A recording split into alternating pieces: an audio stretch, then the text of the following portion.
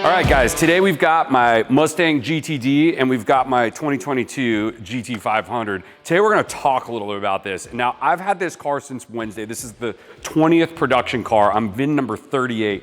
So cool. We got ours shortly after Jay Leno got his. I wanna bring you, and Miller wanna bring you as much content as possible with this car because it's early on and there's not a lot of stuff out there. So today, we thought we'd give you a little bit of our impression between the two cars.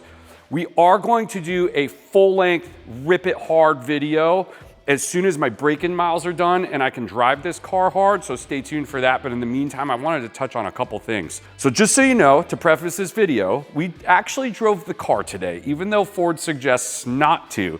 Now, we kept it pretty slow and we put some wrap behind the tires because this thing kicks rocks. When I got back, there were rocks everywhere, all over the garage. So, and the reason why they suggest not driving it, not only because it kicks rocks, but the whole body's carbon fiber. This car is actually built at Multimatic, where they build the Ford GT.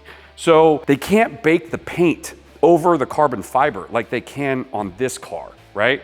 So this car has to degas for 30 days. So Ford, when they say, hey, your car is gonna be shipped on this date, they give you a safe to PPF date that's 30 days out from that, just to play it safe. So ours is August 27th. It is killing us right now. So we're like, what can we do today to talk about this car? So we actually drove it, we drove it for probably about 25 minutes. We kept it under 25 miles an hour. And my first impression of this car is it's literally nothing like that. The power behind this car, and I'm in break-in mode, man, this car just wanted to go. I was so tempted just to say, screw it, and just tear up my car, and I was like, no, just wait. So one thing I can tell you right away, this has a custom Recaro seat. It's super comfortable, and it holds you in really well. It's probably the most comfortable car I've ever sat in, and the steering wheel feels so good. But one of the things that the best thing I can compare this to is we drove a 2022 Ford GT. It felt exactly like that, just a little bigger inside. It feels nothing like that. That's like the wildest car in your dreams, but you're talking to a guy that has driven everything. I also owned a Lamborghini Performante when they first came out. This feels a lot like that. The way it stuck to the road, the way I could feel the inputs through my entire body. Whereas also this, on the other hand, feels like a bucking bronco. You're due to the cowboy hat, you get on it, and you're trying not to kill yourself, right? That's what this feels like. This feels like I wanna go 200 miles an hour, and it's like you're in a video game and the thing just is stuck to the road and just does everything you want it to do. So that is my first driving impression. I got that from going 25 miles an hour. I got that from going 5 miles an hour. It just feels so good. So again, in our next video that you'll see in the future, that may change. And I can't wait to share that with you. So what I thought we'd do in the meantime is, hey Miller, before we do that, why don't you show them some roller footage? Here we go.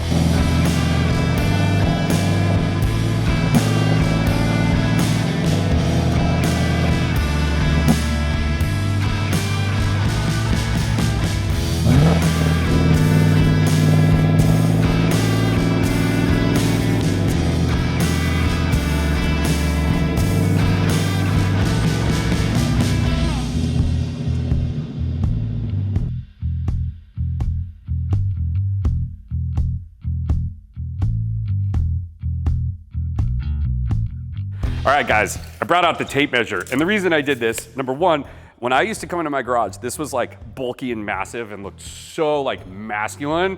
And then I got this and I was like, hey, little sister, you know, like that's how it feels. So what we thought we would do just for fun, even though you can look up the measurements, is I think this just provides like a little bit more context here. Are you at the edge of that tire, Miller? So I'm showing just under 76 inches, if you want to come over and see. So right here, I'm showing 76. Is that correct? Yeah, that's about right. Cool, it's about right. It's good enough for government work. Now this one, whoa, bro, 160. No, I'm just kidding. I'm at 81. It's right around 80 and a half or 81. That is significantly larger because, yeah, it's only like 5 inches, 4 to 5 inches wider, but 4 to 5 inches wider times the bulk of the car. That's crazy. So already we're in an advantage from a downforce and aerodynamic perspective over this car, which is probably why the inputs felt so good. But also, look at all the aero. The aero is incredible. And one of the things that Ford does is when they come down, and you can go watch the video on this, I think we touched on some of this, but the Ford rep They actually fly a Ford delivery specialist down, and they spent like, what, 3, maybe 4 hours going through this car with us, and everything is impressive. Every little angle on this car was designed to provide some sort of cooling or downforce. And something that's crazy about this car is what they tried to do was keep all the air attached to the car the entire time as it comes back, which is why it's so critical that you PPF, because it's literally picking up rocks with these sticky cup 2s and throwing them at the body of the car. That's literally what it's doing. Really crazy. Then as you come to the back, they also, to help keep the car on the ground, they've got this big old wing that's actually attached to the frame. It's not attached to the body. So at 180 miles an hour, this is providing 2,000 pounds, I think they said it was, of downforce. There is no trunk. So if you don't know anything about this car, this is actually a tech panel. Underneath this tech panel is the hydraulic system, the lithium ion battery, and you can also see the suspension. So pretty awesome. Now, this part is very expensive. We're not gonna take it off today because I ain't risking it, but we have taken it off a couple times. It does have active aero. It has active aero both in the front of the car, on the underside, and via this wing. So I think it was 35 miles an hour the wing opens, and then at 25 miles an hour it closes. And then as the computer learns and you're driving this car hard, it will actually adjust to help you out. If it feels you need downforce, it'll adjust accordingly. Super cool. Does have Akrapovic. This is an incredible sounding exhaust. We have definitely revved it up. In fact, we're gonna do that for you right now.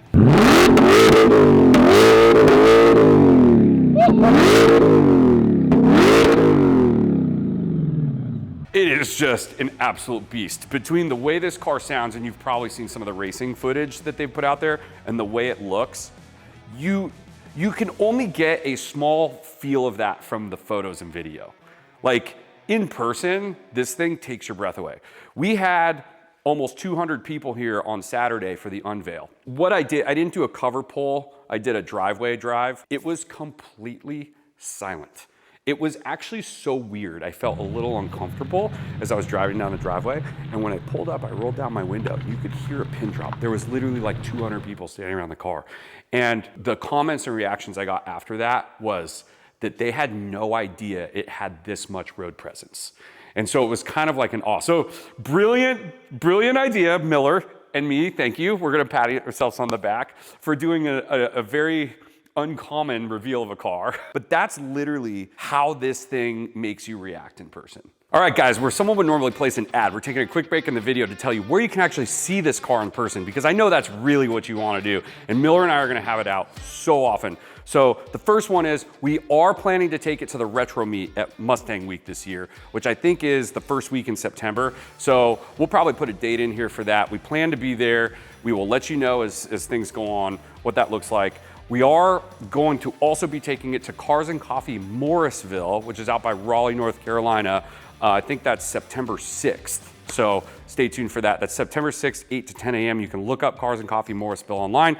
And then right after that, we're gonna be headed up to Tail of the Dragon. So you might catch us out in the wild in this car, somewhere up in the Blue Ridge Mountains, maybe even on Tail. I don't know. I'm not gonna give you exact dates for that because I don't want you to know. No, I'm just kidding. But no, we hope to see you up actually in action live all over the place. So stay tuned, and we can't wait to share this experience with you. Back to the video. One thing we want to touch on real quick is I've seen a lot of people comment, and it's a very ignorant comment, but not like in a bad way. I'm not like trying to offend you with the ignorant comment. It's just you just don't understand.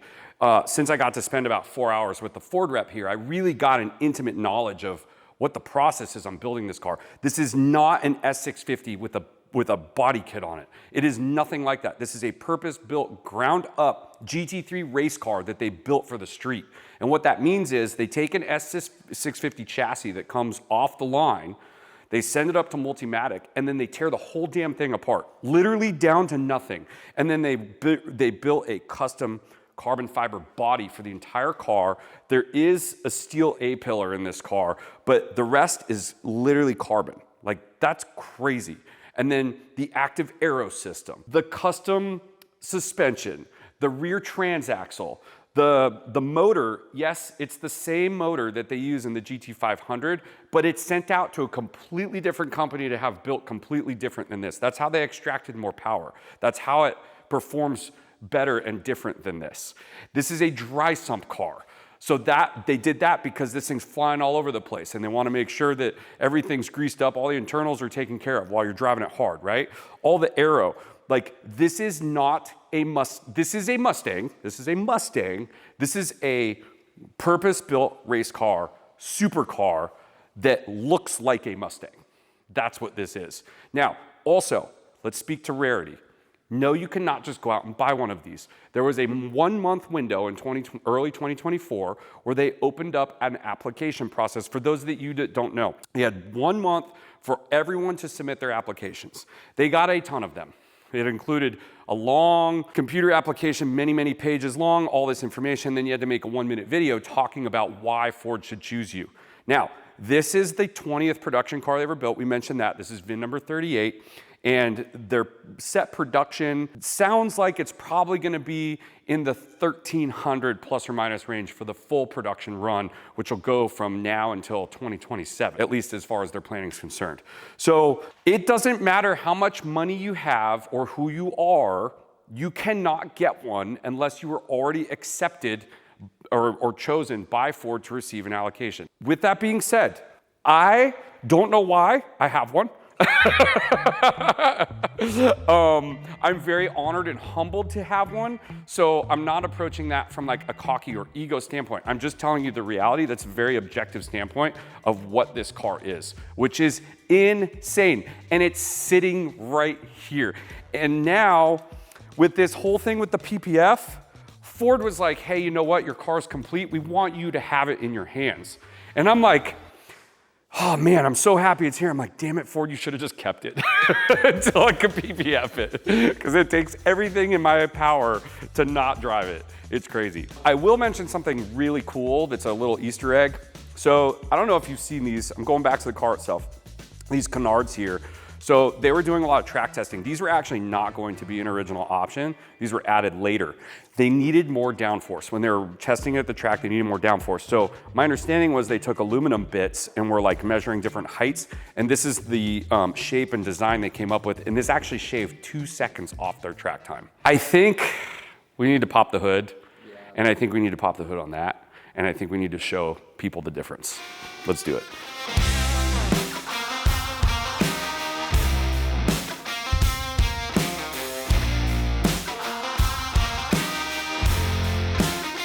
So Miller was holding the camera and he popped the hood on this one and he's like struggling. So I'm like, here, let me take that. And then I was struggling. I'm like, oh, it's just heavy. Because I opened this one first and this one weighs nothing. You can see from Multimatic, look at even this isn't even like an exposed carbon on the outside of the car. Look how beautiful their carbon work is. It's unbelievable. So as you can see, this hood is carbon. This hood is definitely not carbon. This is like made out of like steel and kryptonite. But you can see we have same motor, right? It's the 5.2. You could tell that this is way different. So unfortunately for you, this video is not gonna be a technical video. I'm sure there will be plenty of others out there. I am not smart enough, nor do I have the knowledge to walk you through every little bit of both of these motors. So I'm not gonna do that right now. But I wanted to just give you a little bit of a view side by side of the GT500 versus the GTD. Okay, this is not gonna be a garage queen. If you know anything about me, my goal is to put 8,000 miles on this car before the end of 2025. We are now August 4th. And I only have I have another 23 days before we can even PPF the car, and probably 5 days until they can finish it.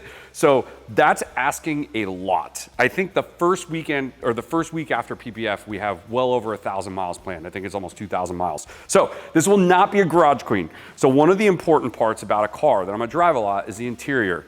And one of the things, I'm gonna be honest, that I was concerned about with the GTD would be the interior. Because initially, all the pictures showed a very basic looking Mustang interior. And this is from a guy that loves Ford, right? So I was a little concerned. But now that I have sat in it, experienced it, felt it, this has to be one of my favorite interiors of all my cars in my collection and any of the ones I've ever had. Now, I will say that the Lamborghini Performante was pretty freaking awesome. That's probably number one.